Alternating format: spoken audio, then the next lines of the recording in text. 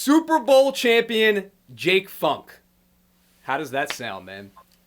It's a dream come true. I mean, it's a title that I've just dreamt of, and really words can't describe it. The feeling that you got on that field when we won was just unbelievable. When the confetti starts to fall, here's Jake Funk from Maryland. What's going through your mind? I was tearing up, man. I was crying. It's just, yeah, it's when you see that, it's literally everything you have ever dreamed of as a kid.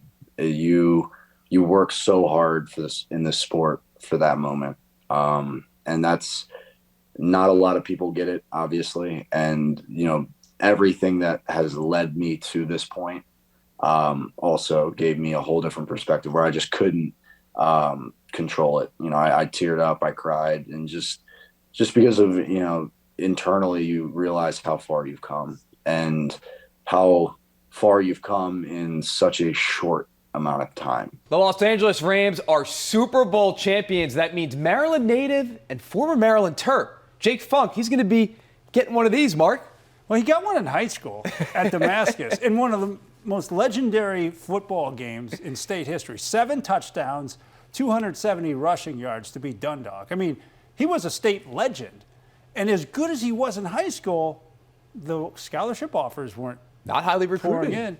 And his connection with Mike Locksley kind of put him where he is to where he's now a Super Bowl champ. Yeah, we had a chance to speak with Jake Funk and spoke extremely highly of Mike Locksley for just giving him that one opportunity that he needed. Coach Locksley really believed in me from the jump when he was the OC at Maryland.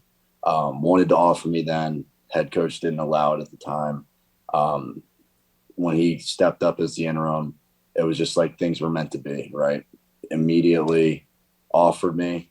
And really, I jumped on it because it was somebody who believed in me. And of course, Funk, he turned some heads with the combine that he has, and the Rams, they take a shot on the guy in the 7th round, and a big contributor in terms of special teams in his first year. In his first year. And it's so interesting because a guy like him who went through the injuries in college, played limited games because of those injuries, and you're like, well, he'll probably just have to sign as an undrafted free agent somewhere. One of the things that stood out to me, and teams watch everything, he did an appearance on Good Morning Football on NFL Network in which he just wowed. Like, he is such a dynamic speaker. As you know, you've spoken to him many times. He is a deep, thoughtful guy. And I think that raised his profile even higher to where he wasn't an undrafted. He was a late round pick, but I think he sold himself really well. Now, it's his ability and his workouts that truly sold him, and he was in incredible shape by combine time. So it really is. It's one of those kind of Cinderella stories of a guy who in his rookie year came from Damascus to Maryland, and now he's a Super Bowl champion. And it's a long journey. He said that people that were even around him when he used to say, hey, someday I'm going to play in the NFL, called him crazy. Here's what he had to say about that. You have to envision yourself in the spot that you want to be in. And for years in college, when I was going through my injuries, I had it planned out in my head exactly how the draft process was going to go, how I was going to get drafted. I can't predict me winning a Super Bowl, but I had it all planned out in my head. And everything that you put your mind to, your mind is a powerful thing. And it's incredible when you see things that you really can envision in your head, and when you can finally control the thoughts in your brain and focus in on what you want to do with your life, the things that you can accomplish. Because I envisioned me playing in the NFL for years, and a lot of people around me thought I was crazy. A lot of people around me didn't understand why I put the time and effort into it, but I always envisioned it.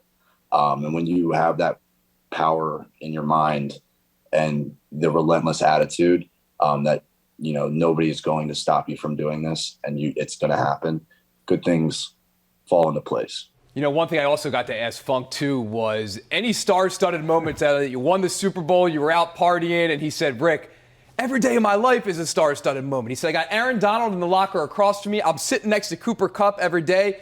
He said, I'm living the dream, and I know I'm spoiled. And even Torrey Smith talked about that a little bit, how lucky he is in his first year to have that much success, to latch on with the Rams, and then to get one of these, a ring. And it looks like, I mean, Jake is a really well-grounded young man. Credit his family for that. But it looks like he's fitting in. You know, we saw him at the parade. Here you are in LA under the palm trees, thousands and thousands. And he's right, he's mixing. He's mixing just fine. He got there. And it's just a great story. We love great stories. That's a great story. He is loved here in Maryland for sure. We've been following this story all along, and we'll see what he does next season. Yeah. Who knows? Maybe he gets some more carries and he's involved in the running game. I wouldn't count him out. I would love to see that. Again, the ability got him to the league. He's got the ring. He's shown what he can do. A little more reps, a little more opportunity. This could be cool. The Funk Man on top of the world right now. How much more Jake Funk potential is there that we haven't necessarily seen yet? I just want to keep getting better, man. I mean, that's all you can ask for is just continue to get better every single day. And really, you know, I can't predict what the future holds.